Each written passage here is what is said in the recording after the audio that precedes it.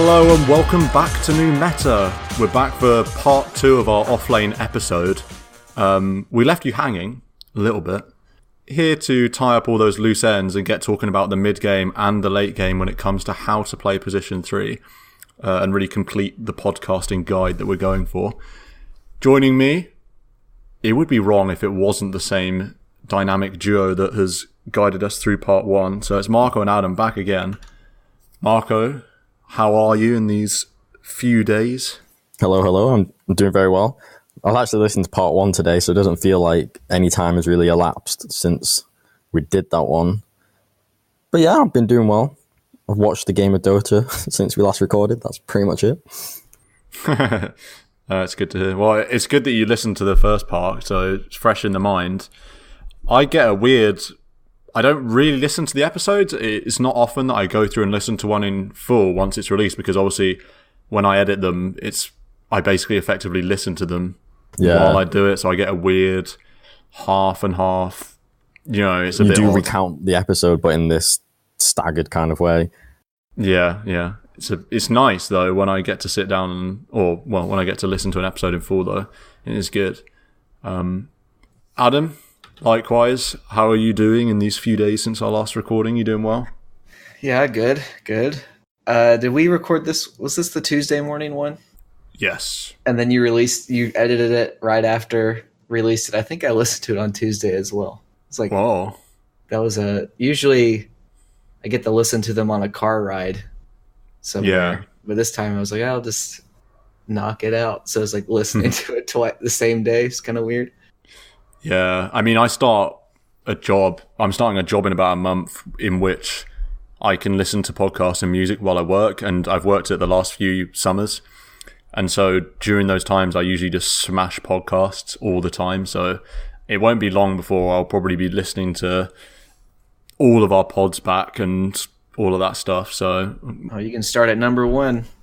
Usually what happens, like I finish an episode and it restarts back episode 1, and it's just like, man, cool. We've already made big improvements. I'll just say that. It's crazy. I think it's nearly to the day of 4 months since the first ep was recorded, which it's like quite a lot of time. I feel it feels like it's been a month. It's like, oh, we've done loads so fast, but actually it's been 4 months going strong. That's pretty cool.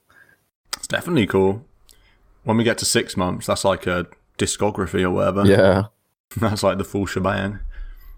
Whenever I talk to people that don't know about Dota, about how many pods we've done, like, we've been doing it for 3 months, or like we've got this many episodes, they're always like, what? How have you? Surely you do like one podcast on the game and then you don't have anything else to talk about. Okay. Trust me, there's quite a lot to talk about here. It goes on forever. All you need is more patches, and then you just keep talking. And then eventually it's been long enough that you can recycle old episodes, because it's been so long. It's like, now we're going to talk about how to play Offlane in this patch. Yeah. It is literally endless, to be fair. I mean, you just need to hit them with the number of permutations of possible 5v5 hero matchups, and you're set for like 1 million episodes or something. Yeah, you just need to show them Oracle, tell them to read some of the spells, and then say, to be fair, you could do a whole podcast on this, one spell from this one. Write me an essay on Oracle, strengths, weaknesses, situations, decision making. Go. Yeah. I definitely failed that module in Dota school, about to write an essay on Oracle. I'd be like, can I just do one on, I don't know, one on one of these. Yeah. It's like in Malaysia, they have, I don't know if, I feel like they have these Dota specific classes. I don't know if you can remember coming across those on Reddit or something. You mean Wagamama's camp? No, what was that? Yeah. Man, we should have signed up for teaching them. That could be cool. I'm pretty sure some like schools in Malaysia or C have got these Dota classes, how to play Dota. Maybe it's extracurricular, I don't know. Maybe we start that. Maybe we start it in the UK and US the simultaneously. New Meta summer camp. Find the sweatiest kids we can in the UK. God, that would have been a good idea. Next summer, maybe.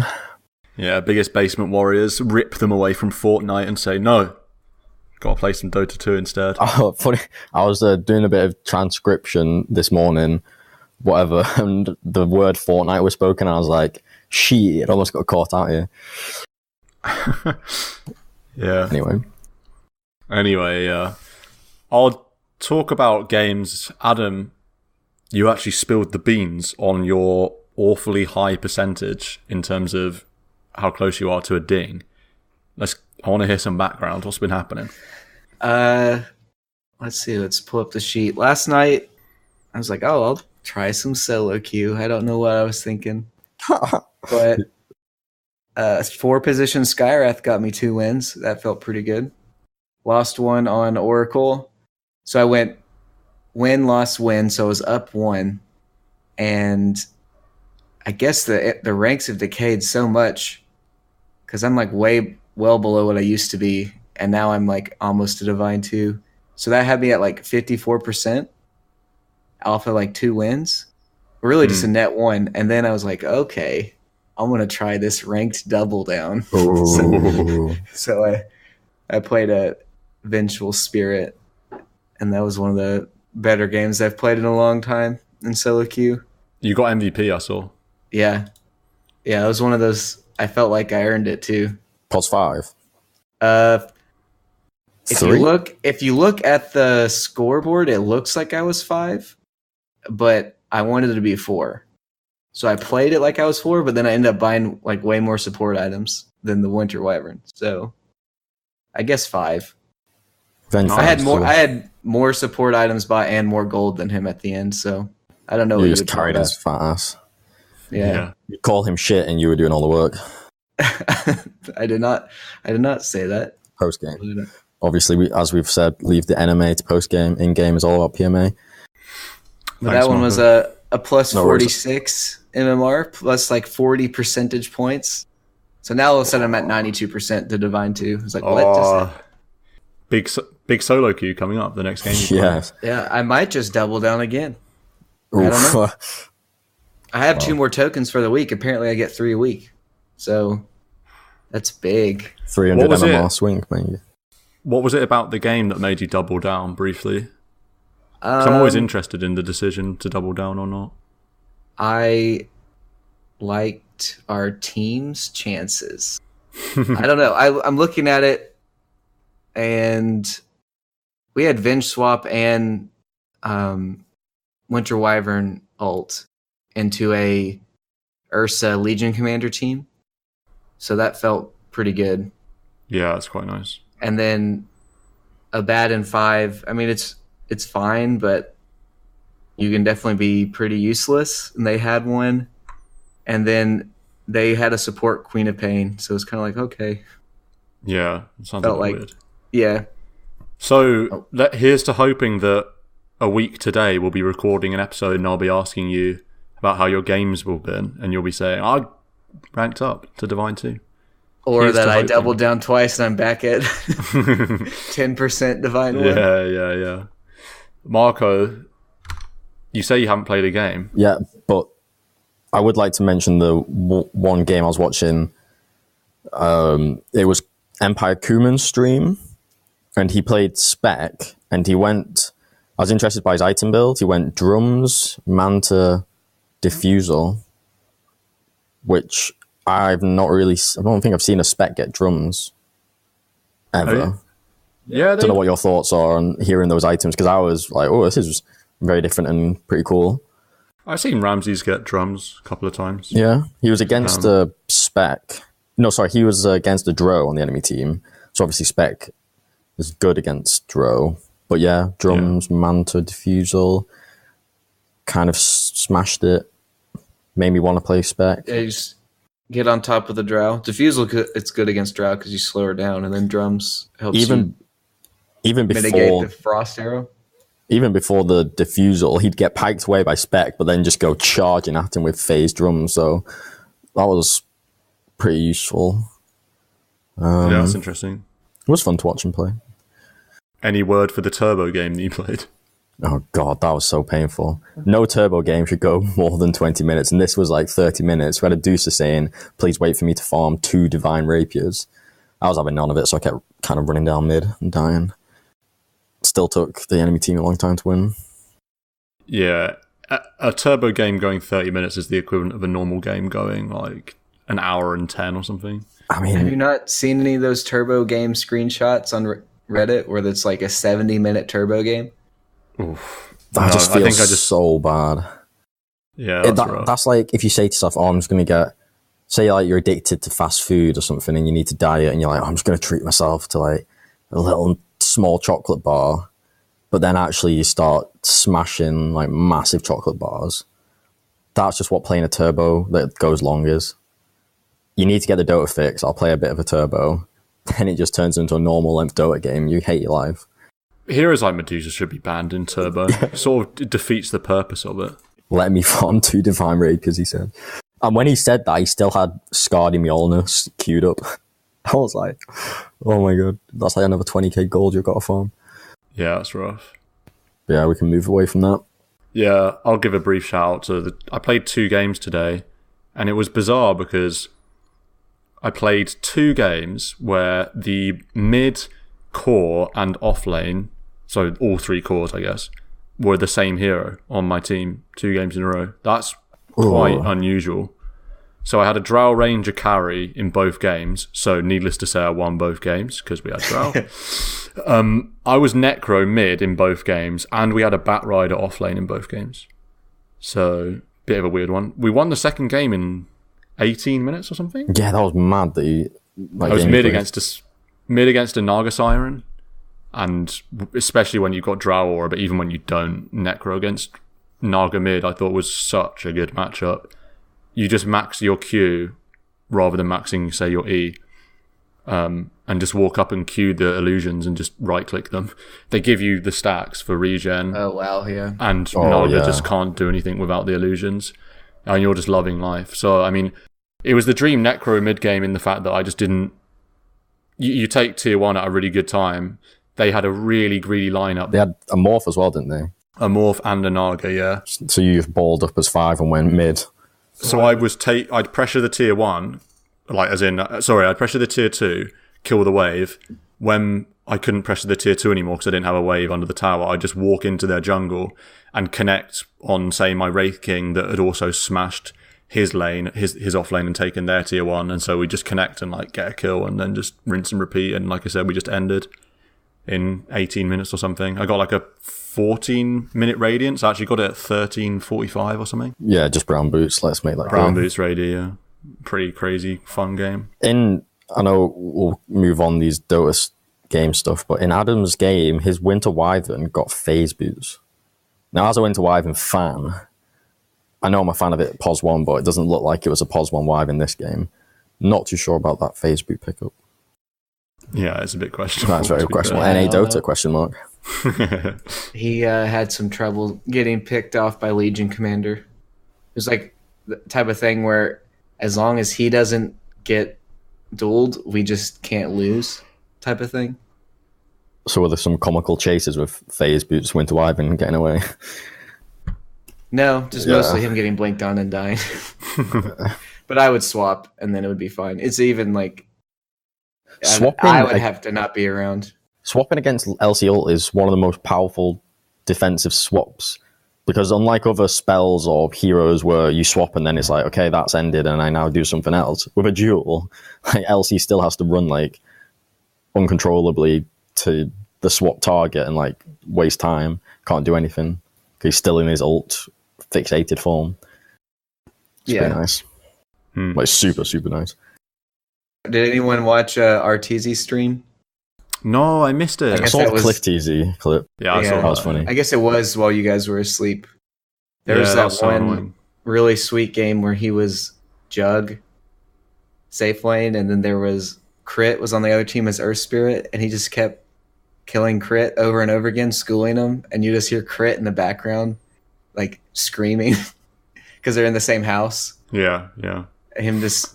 Yeah, it sounded like good fun. But that was pretty cool because he built drums, which I mean, drums, Jug, obviously, yeah, okay, that's fine. But then you can pop the drums during the Omni Slash, and then you attack faster. Yeah, that's really nice. And he Omni Slash somebody, realized he wasn't going to get the kill off of a normal Omni Slash, and then drums midway through and got like an extra hit or two and killed him on the last hit. And I was like, that's why Arteezy's one of the best carries in the world.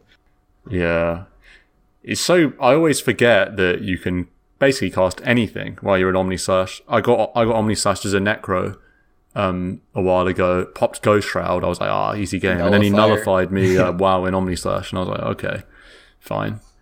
Also, it's so frustrating that Arteezy's VODs are behind a paywall or whatever, or are they just not even available? It's like, you don't even... On his Twitch? Yeah. Are they sub-only?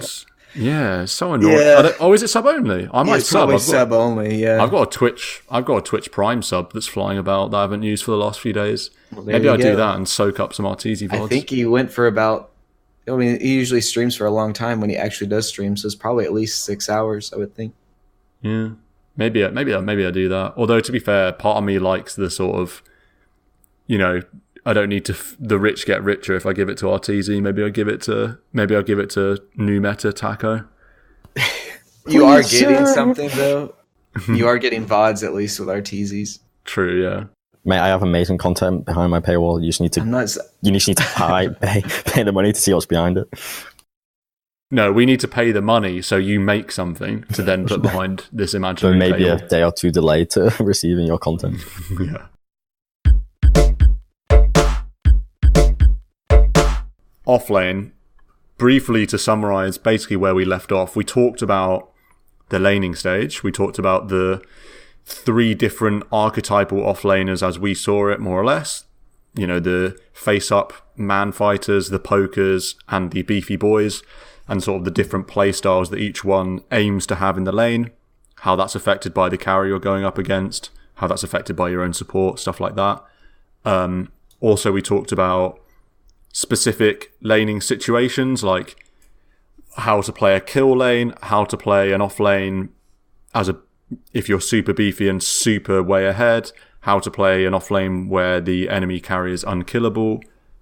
We went through those situations last episode, I think, which was episode 23. Yes, episode 23. Yeah, Jordan episode.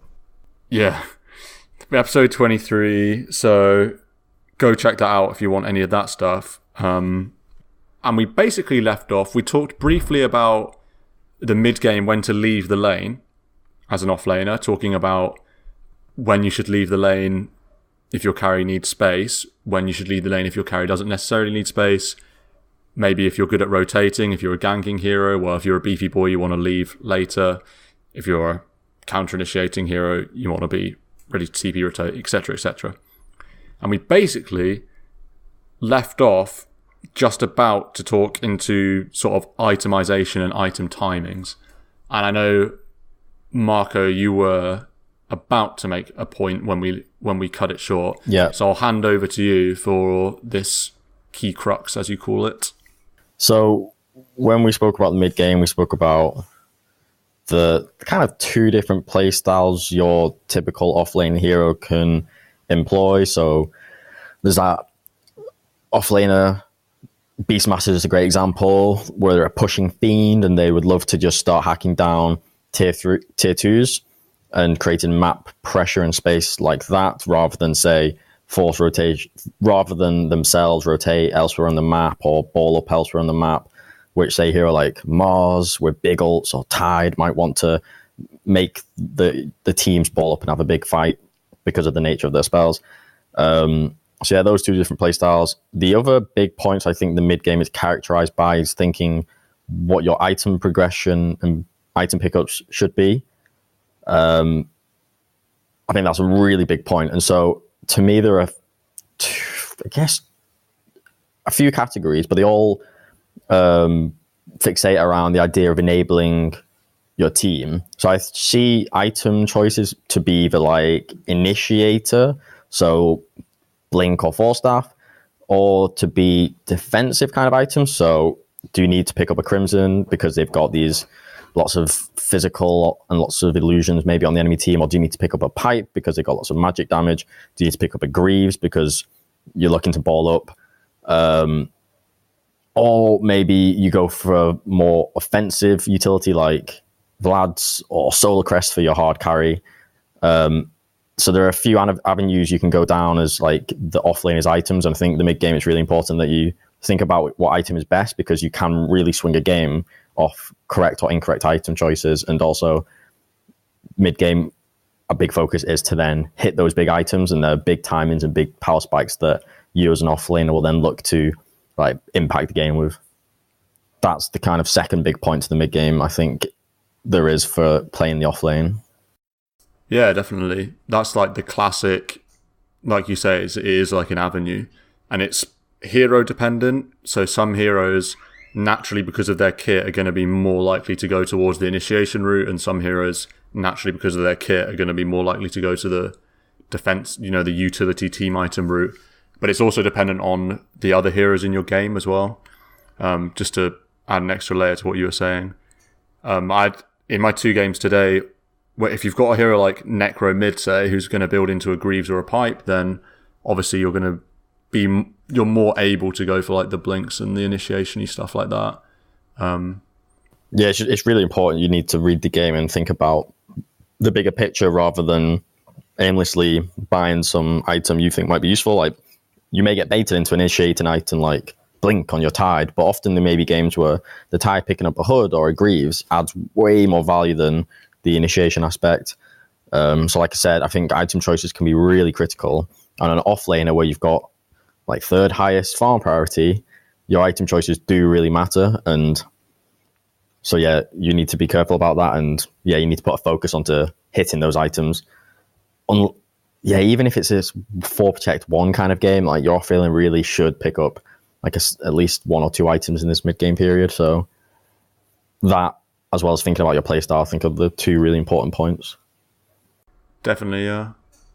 Adam, I don't know if you've got anything to say about items, like mid-game items that are like the initial choices.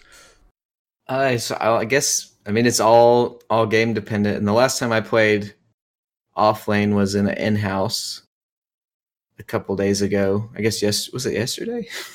Is yesterday Wednesday? Yeah. So I played Slard R3, and looking at the net worths, I'm like the same net worth as the 3 and the 5 that game, which you think would be bad, but we have a Meepo and a Naga on our team that have more than twice the net worth of anyone else on our team. And it's like, as a Slardar that game, am I going to go Midas?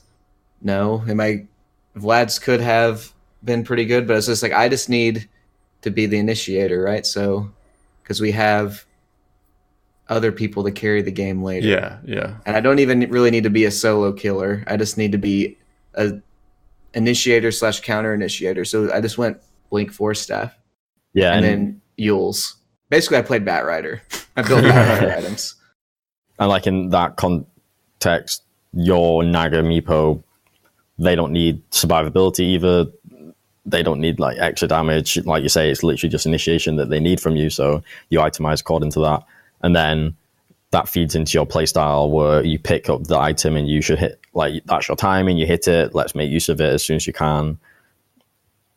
Say like, yeah, also I'm like, those items direct me to team fighting or just like being around the team, which means that I'm not going to get gold later, right? I'm not going to have anywhere to farm because I'm going to be around searching. I'm the guy that jumps in. And yeah, you're leading the race of around the map to find these kills and find those pickoffs. You're not AFK elsewhere with your blink just idle. Yeah, you definitely. And part of that's being a Slardar, and part of it is being a Slardar and buying blink first. Yeah. After Tranquil Boots, as opposed to Vlad's or Midas or.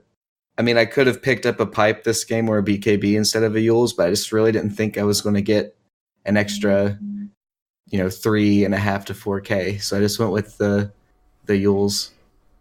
Yeah, it's definitely an important point to like stress that it's about enabling your team. It's like the first thing that Marco said. It's not about enabling your own hero. And I think like a classic example that's typical of pub Dota is you'll see a hero like Weaver offlane or something, and then they'll mindlessly get this Dragon Lance Daedalus or something, or Diffusal Daedalus or something crazy like that.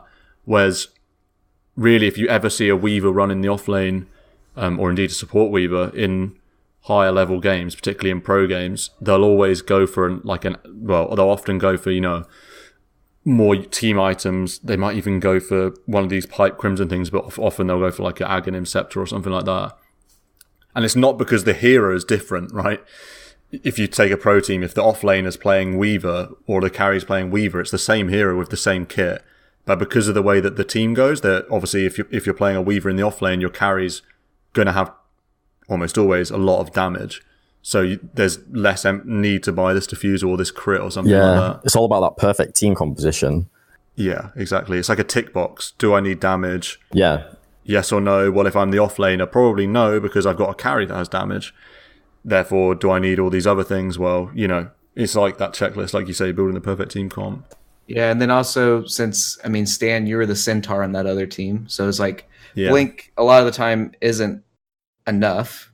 You need like more movement items. So Force Staff, I thought could be good for either when Blink's down or just follow up. And I had a lot of nice Force Staff crushes that game that while Blinks were down that I was able to like chase after.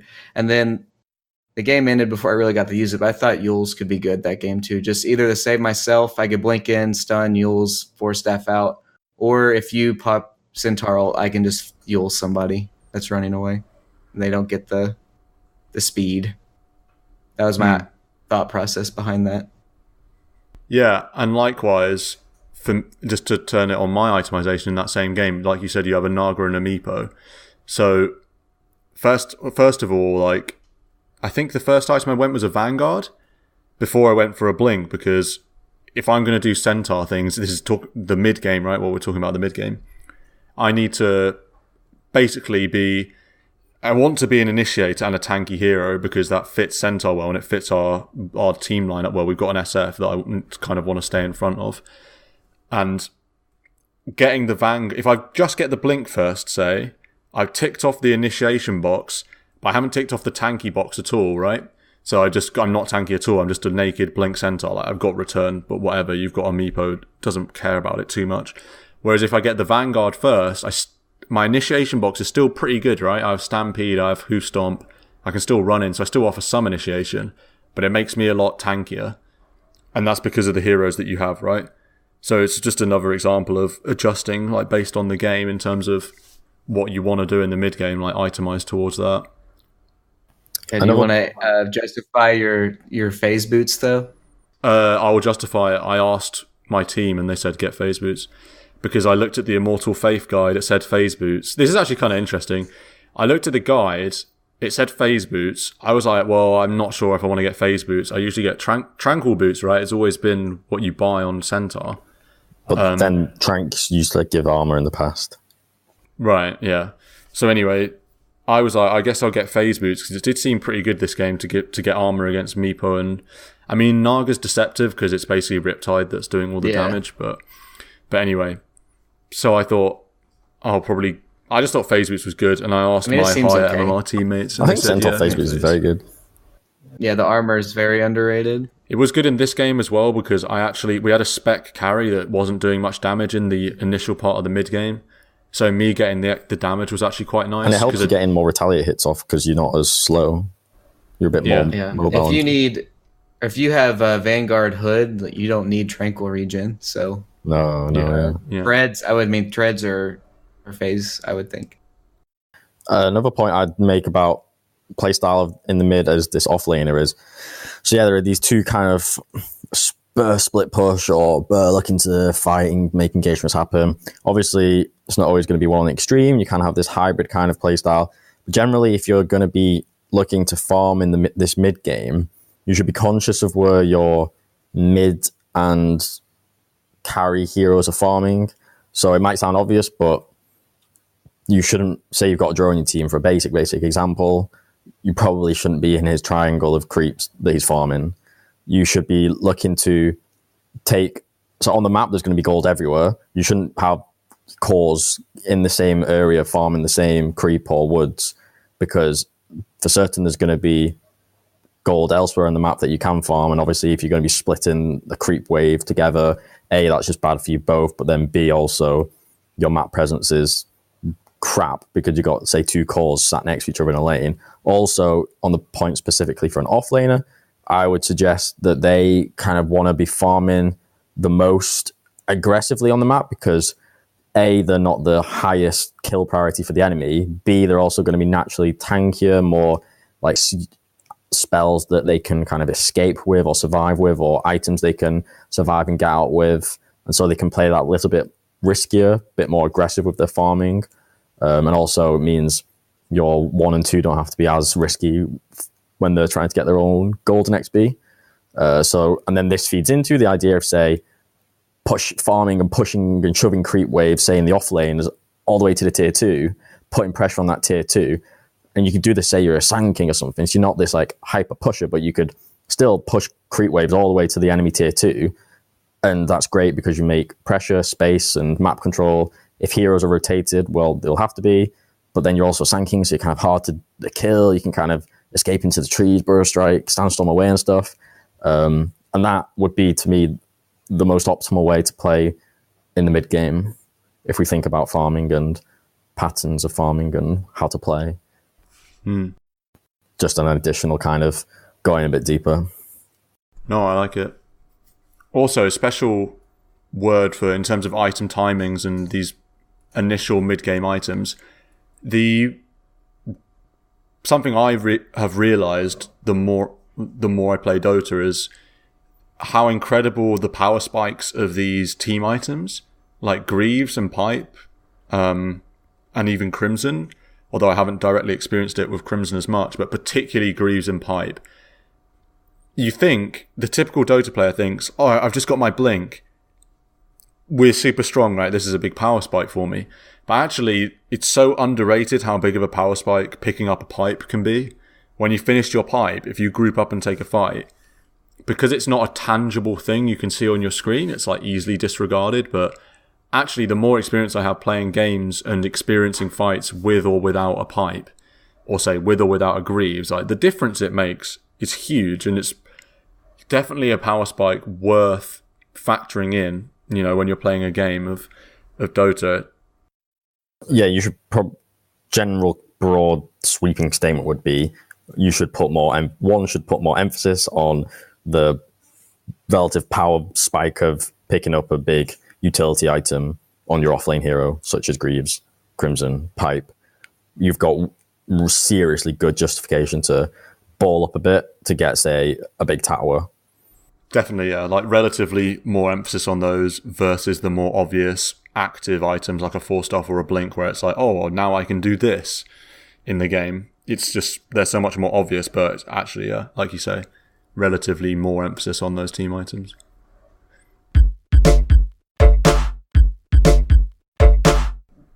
So moving on to the late game and thinking about how the offlane wants to function in the late game. Marco, do you have any initial thoughts about sort of moving the conversation towards the late game aspect of playing in the offlane hero? So a quick comment I would make is that, again, your itemization, super important. I mean, obviously it's always going to be really important of any aspect of any game, but when you're going into the late game, again, offlaner, you should be picking up at least a few items. It's important that you make the right choice, game dependent, etc.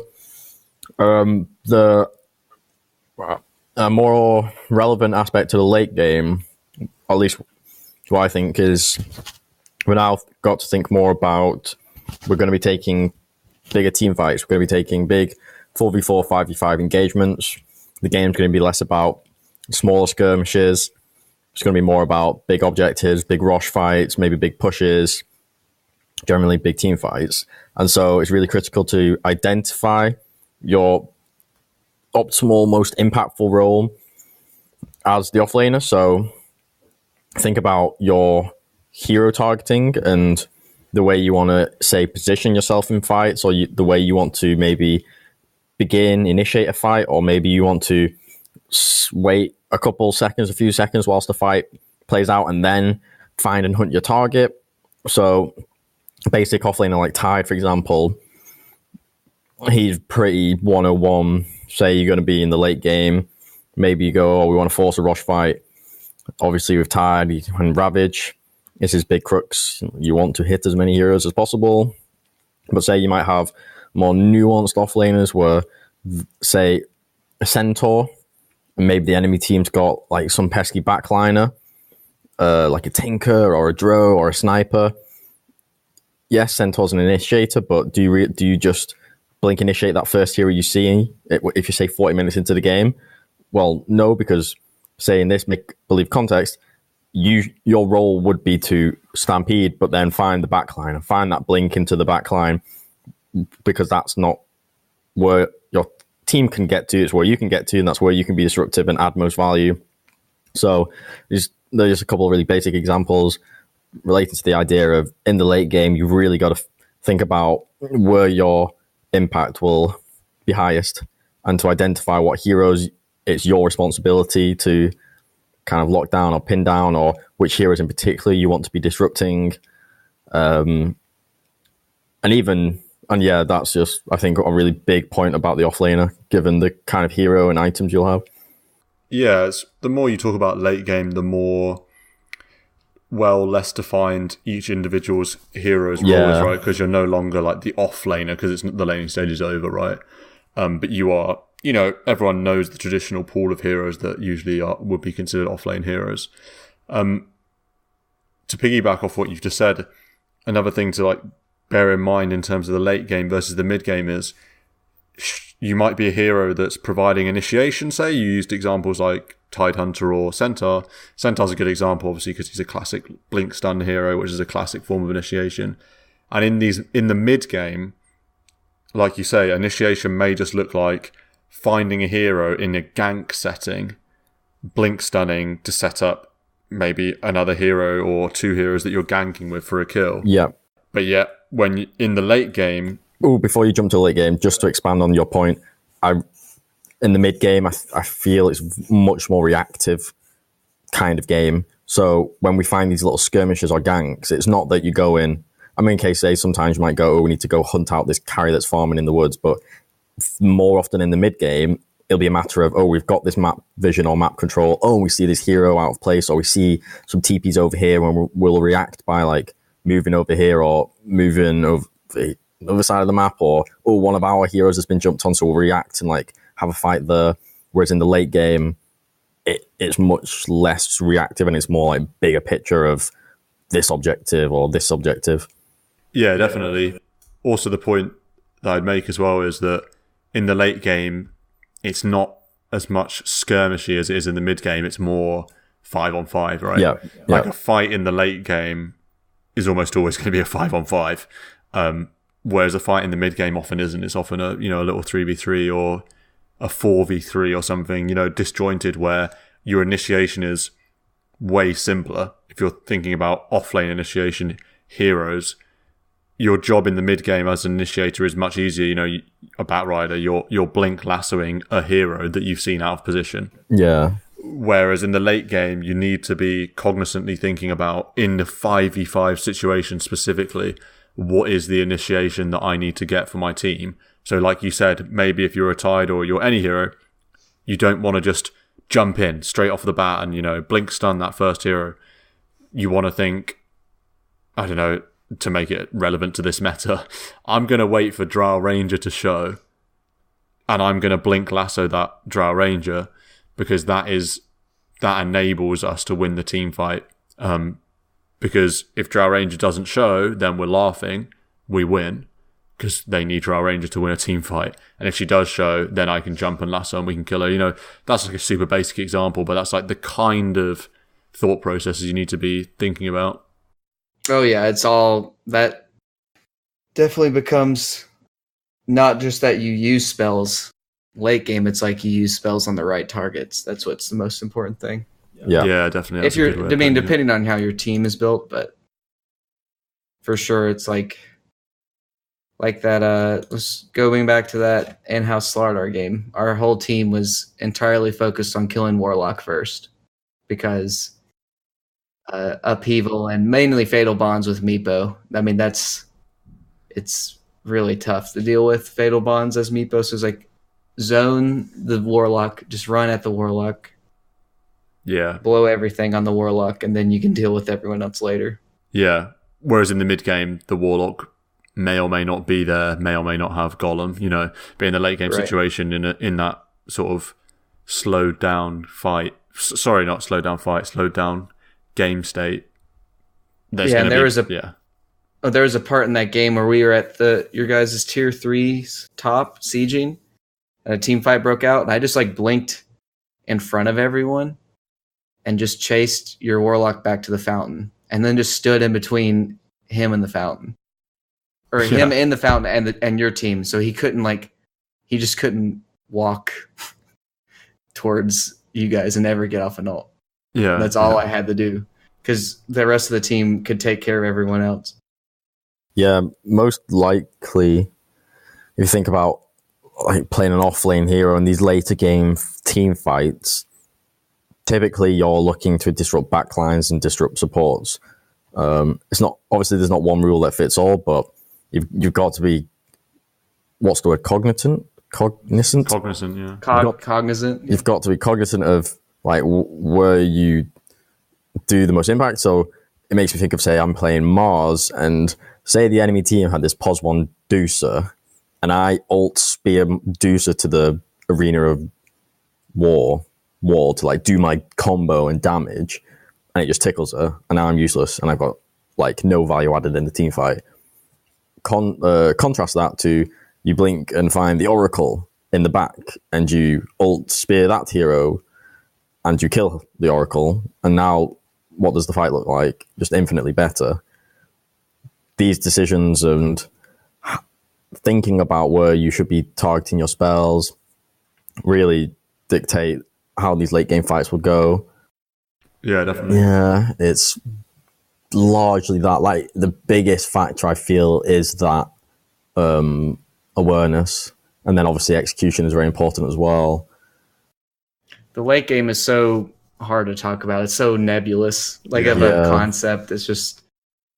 I would also say so not talking about, say, a big late game team fight engagement, but just generally if you're playing an offlane hero in the late game, I mean, it's very similar ideas to other positions, but you should always be conscious of not being idle. So you should be thinking of farming as much as you can, even though the game might be in this kind of sketchy, edgy late game, what's going to happen, or shaping around objectives, but you shouldn't forget to be proactive with your farm and your movement, farming patterns still, and thinking about not thinking too much about this, but say shoving the creep waves in and really making sure that you're always taking up your farm, because I feel like it could be very easy to go a bit passive on, say, the 3 in the late game and stop accruing as much gold as you maybe could, because you're starting to be a bit headless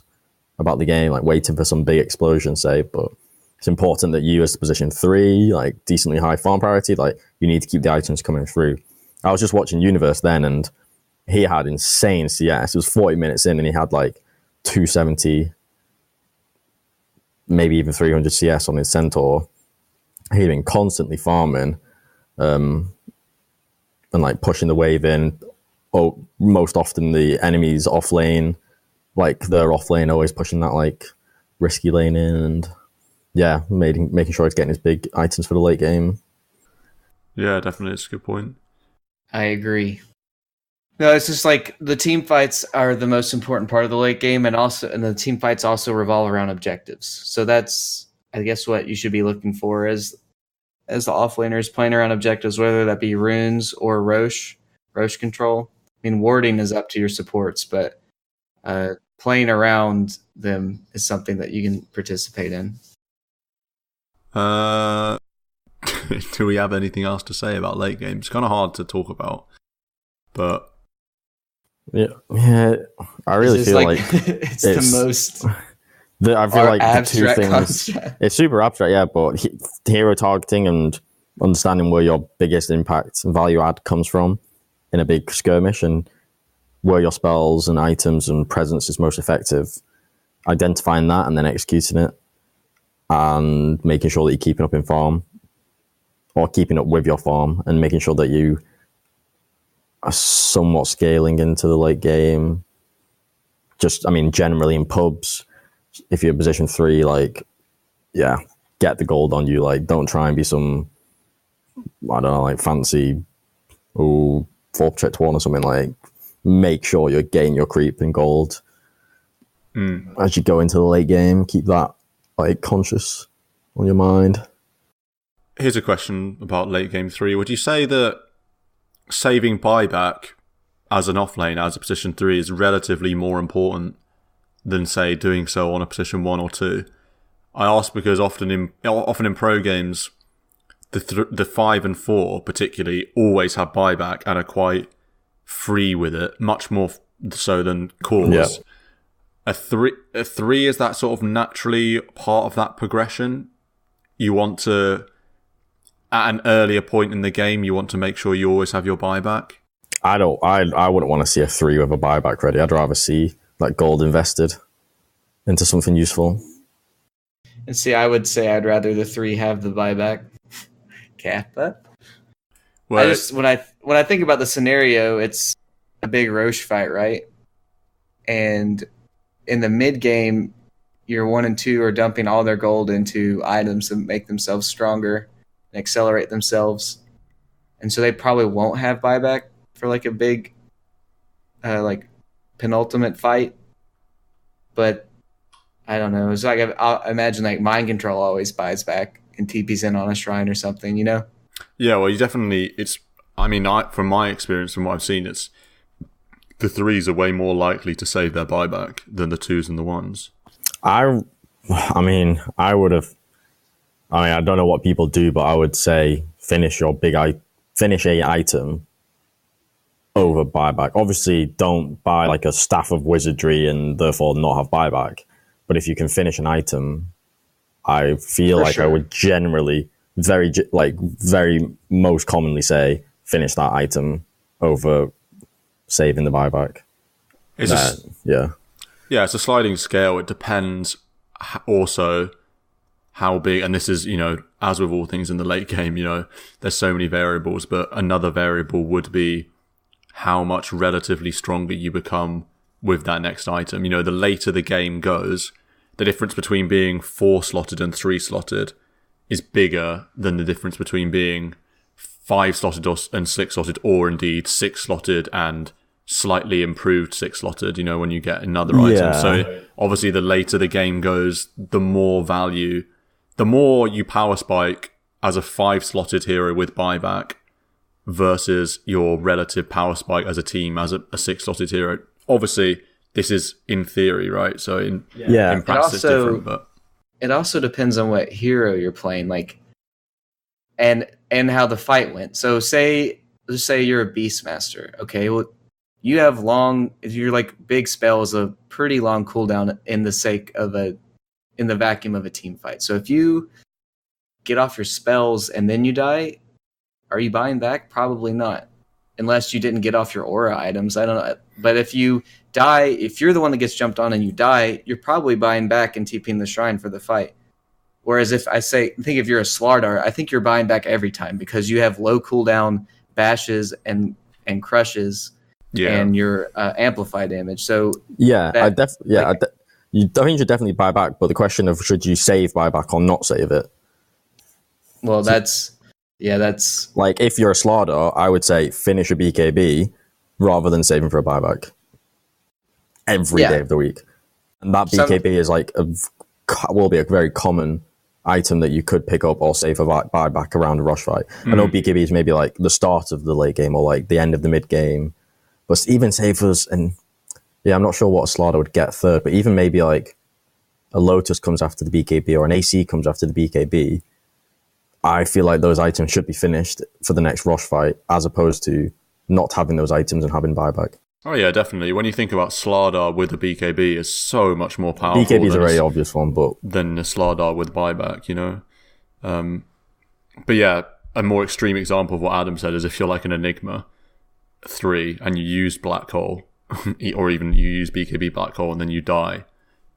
Yeah, it's like, what is a buyback? It doesn't do much. And so when we're talking about saving buyback, if you're an Enigma and you think, if you're confident you can get your spells off, which if you've got a BKB you should be, then you don't really need to say buyback at all, and you can even pick up that fifth item that, rather than that pushes you over the edge to like winning fights and games. Well, not even necessarily pushing you over the edge. My point being that with an Enigma, if you think you can get your spells off, it's worth buying that extra item, even if you don't think it's going to suddenly push you into a game-winning situation. You just think it's going to make you a bit stronger, because buyback on Enigma is so weak. So it's having that fifth item, even if it's not a game-breaking item, is still going to make you stronger than having a buyback. So it's hero dependent. And like Adam said, a hero like Slardar, say, obviously BKB aside, because that changes the hero a lot, but in general, a low cooldown hero like Slardar is gonna love playing with a buyback. Likewise, a hero like Nature's Prophet loves playing with a buyback as well. How many times in pro games have we seen Nature's Prophet die and then just buyback and TP in? I mean, they Liquid won TI7 with that. I mean, I know that was late game, where all the heroes have buyback. The later it goes, the more you just need a buyback. Yeah, the later it goes, you should definitely be playing. Like buying your items always with that reliable goal sufficient for a buyback. Yeah, sure. Who are your favorite heroes to play in the offlane? That's a nice way to close it out. So thinking POS 3 in particular, I mean, I guess I have to shout out Mars. He is fun. My offlane hero puddle is pretty small. But yeah, shout out Mars, because for many reasons. I think Sand King's cool. So, I mean, I've been playing him a little bit more recently. I think he's got a really exciting skill set. I love getting multiple hits on the Burrow Strike. You can do some really big stuff with that, and he's got big damage output potential as well. What other offlaners would I? What's the third offlaner I'd shout out? Probably Furion, Nature's Prophet. Play him as a 3, and then just slyly become the hyper carry. We have crazy gold and crazy map presence, etc. How does playing? I mean, if this could be a whole pod, but how does playing Fury 3 and Mars 3 and Sand King 3? How does it differ in terms of what the hero brings as an offlaner? Well, because the way you play a Prophet offlane is going to be very different. Well, to yeah, the way Prophet for certain is very different to those other two. He is not looking to initiate fights. He's looking to way more aggressively pressure the map and pressure the side lanes and pressure towers, create space and map control through push. He then farms way better, so can bring more items to the fight, and with items he can get really good control and damage output, e.g. Shadow Blade, Orchid, Nullifier. So this guy can kind of slowly turn into a big damage dealer, and as well as disable and control. In terms of playstyle fighting, Furion's going to be, I mean, he's the ultimate backliner. Say if you've got a mid-game skirmish, Furion's just going to appear like in some hidden trees out of nowhere and start slapping the enemy supports on the backlines. Late game, well, yeah, it's a similar idea. If you say fighting around a Roche. Sand King Mars, much more initiators. When I think of, just to ask a question about Mars, is Mars basically a spear merchant? I mean, Mars is kind of an interesting hero in the sense that his spear is so strong and his ult is so strong. Is he almost in the Tide Enigma mold of you have to play around your spear? But I mean, it's so low cooldown actually that it's not really a cooldown. Spear's quite low cooldown, yeah. Without a blink, it's somewhat hard to get lots out of it, yeah. The perfect scenario for Mars is there are two. Either you can, and it involves his ult, so you blink, ult, spear someone to his ult, i.e. the, say, position 4 or 5, and you pick off a really key enemy hero that then means you can overrun this, say, 5v4 team fight, or you use your big team fight, get a spear stun on someone. Like, I mean, you can get a 4-second stun at level 20, and that on an enemy core is huge. What the ult also does, as well as this fat stun that you get, the ult's also perfect tool for control. So if you want to hold the enemy team in place, blink on ult allows you to do that, and then you can just mop the enemy team up if you've got the right lineup for that. Those are the two like crazy high value plays that he wants to make. Some aspects of like a big Enigma, or I mean, it is a big team fight ultimate for sure, but also can be used like as this sniper ninja tool as well. Adam, any offlaners you want to give a shout out to, or like favorite offlaners or whatever? Oh man, I had them in my head, and now I've just... Okay, so against melee cores, Slardar's really sick. Basically just dumpsters AM and Jug in lane. You combine that with like another stun, such as like a Nyx, who's really popular. It's a really potent 3-4 combo. Rasta Slardar's yeah, scary. Big stuns coming out of those lanes. A lot of kill potential. Against the other bane of this patch, Drow, I like Wraith King a lot. Because you get up in her face, pop skeletons on her. Also don't care if you can die one time, right? And have another stun on top of her. And usually you build something like a Radiance, so you have good... I mean, that's just naturally good against a Drow. So those are two different... Whereas, and I guess Wraith King is like he can sit in a lane and solo push. Slardar is more like team involved. You want to get either solo pickoffs or skirmish pickoffs. And then a third one I like, this maybe a little bit underrated, is Night Stalker. Yeah, the classic Night Stalker. Come dine with me, Night Stalker. It doesn't get played a whole bunch, but I don't really know why. Yeah, I don't know why. AoE silence is really good. Like, he turns into Bat Rider basically in his ult and gets 50 bonus damage at level 6. Like, that's really strong. Yeah. Void is a really good spell at nighttime. It's really dog trash at daytime, though. I guess his laning, I mean, since the game does start at daytime, his laning is a bit bad. Yeah. At the first 5 minutes. But AoE silence, I mean, it allows you... There's really not a whole lot of other spells like it in the game. You just hug somebody and they just can't get away from you. Yeah. And they can't use their spells.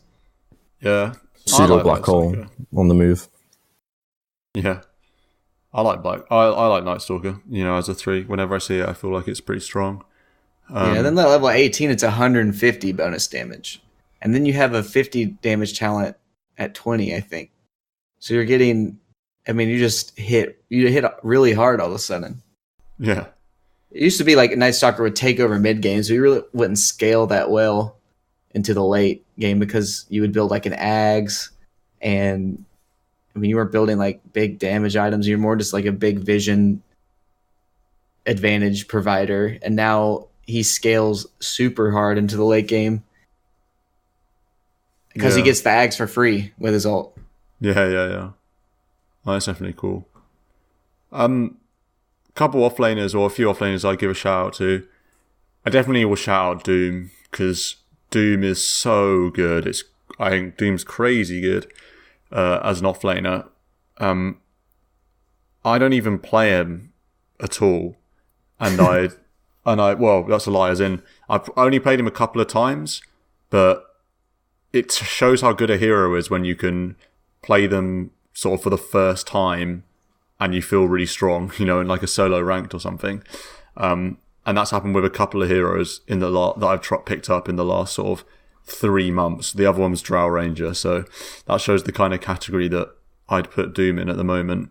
Laning, insanely strong, insanely high flexibility, both in terms of skill build and item build, which is so valuable for the offlane. He really doesn't need anything to enable him. Some games you want a blink, some games you go Pipe Crimson. Some games you go Midas, Blink, Shadow Blade. Like you can really do whatever you want. Likewise, including with the creep spells. Yeah. Like creep spells can also dictate item build, right? Because you can go Blink, Centaur Stomp. Yeah. Or you can max. You can get Scorched Earth, max the Scorched Earth if you get Centaur Stomp and stuff like that. Or if you don't have kill potential, you can max your Devour and stuff like that. You're always going to get gold too. Oh yeah, I mean when I play Doom, I love getting a Midas, and then you basically don't need to hit creeps, and you're going to be crazy scaling anyway, just from Devour and Midas gold all the time. And obviously Doom, the spell, as we all know, counters every hero, so that's pretty good. Is that all right? I used to think Doom broke heroes, but it doesn't. No. So I feel like I often see it kind of wasted because it's just preventing items and spells being used. But if you're a hero that has nice passives, it's not always crazy. The worst feeling is if you don't get your tranquils broken. Like, well, run away if healing. You doom somebody and they run away healing, that's like the worst. Yeah, that is the worst. But yeah, Doom is. I mean, he's likely in line for some nerfs in the upcoming patch. Very dominant, both in pros and pubs. When I called out the Doom ult, in the particular example I had in my head is when I've seen Doom on Medusa, and then realized, it doesn't break. So Medusa's still just sat there with shield on, split shot working, using no spells anyway. Mystic Snake maybe was thrown, but doesn't have any items to use anyway because she's just this like ultimate Ori Snorri hero. I actually have no point to make. Yeah. No, I definitely agree. It's always maybe Doom can be misused. I don't know. It does still do like it's decent bit of damage. 850 damage, pure damage. It's not bad. And even higher if you get the talent. Yeah, that hero can be a menace. Yeah. Another couple of offlaners that I give a shout out to. One very different mold to Doom is Pugner. I don't think he's particularly good, but I just think he's really fun. Like I said, not the best. He's most fun when you build the sort of space creating utility, personal utility kind of items. You get like a Yules or something, but you can also build things like Pipe on a Pugner. It's not, obviously doesn't naturally fit with his kit, but you can still have impact in the game. Like you don't necessarily need anything to enable your spell casting. Another thing I like about Pugner is he's a really good laner. Like he's a great poker. Once you get a few levels up in the lane, supports can't harass you anymore because you can just decrep blast them and then half their health's gone. So Pugner is reasonably strong poker, as it were. Again, I don't think he's great. Another hero that we probably have to shout out is Darkseer, but I don't play him and he annoys me a bit, so he does seem pretty good at the moment though. Just build a Helm of the Dominator, get a Centaur, surge it onto somebody. Yeah. With an Ion Shell on it, stomp them, then follow it up with other heroes or wall, and then your Ion Shell too. Yeah. Vacuum is a big spell, but I don't know, and I think it needs follow up. Vacuum is really lackluster if nothing else gets used with it. Yeah, definitely. And they've nerfed the Vac Wall combination. I feel like they've nerfed a couple of times. So like you say, even if just a Vac Wall by itself, it's not crazy effective. Sure, the illusions hit hard, but if you can kill the illusions, he's definitely a team hero. Yeah, it's all about the team coordination to really maximize his value from Vacuum and Surge. Hence why his win rate, Divine Plus, has been it's always one of the highest, and you always see him competitive in the pros. Yeah. Massive potential to that hero. Another offlane hero that I like, probably because I've won 2 games with him as my offlaner today, but I do like Batrider when you know what you're doing. Because I think this is a hero that's really easy to he's really easy to play way below his potential. But Flaming Lasso, just as a spell, is so strong, and so if you know what you're doing and you get it right, it's such a game-deciding spell, particularly in the mid-game when it's more skirmishy, and it's much easier for your team to capitalize on a lasso. I just love having a hero out of the off lane that from the sort of 10-minute mark to, say, the 25-minute mark, he can cast a spell on the carry, and it's almost always going to result in a kill. Obviously, it's not multi-target unless you're memeing and you get ags. But single target, it doesn't get much better than Flaming Lasso. And if you have experience playing Batrider, you can get very funky in the lane. With the Firefly Napalm stuff, he's a really strong laner if you know what you're doing. A very unique hero as well. So I think Batrider's pretty cool. And you can cliff people, as seen in RTZ stream. He hits like a butterfly. I just can't last hit with him in lane. Yeah. Feels so bad. It is pretty rough, yeah. Just last hit heroes with Firefly. Yeah, Firefly is so strong. Shall I end it? I guess I'll end it then. So, that concludes our guide to playing the offlane. Thanks very much to Marco and Adam for joining us. Episode 25 it will be a week today. Not sure, 100% sure exactly what the topic will be, but I'm sure it'll be something amazing. So yeah, thank you very much for tuning in. I'm sure you won't lose a game of Offlane ever again after you've listened to this incredible guide. Double down every game. Yeah, double down all your offlaners. Bye from New Meta for another week. See ya. Blow the whistle.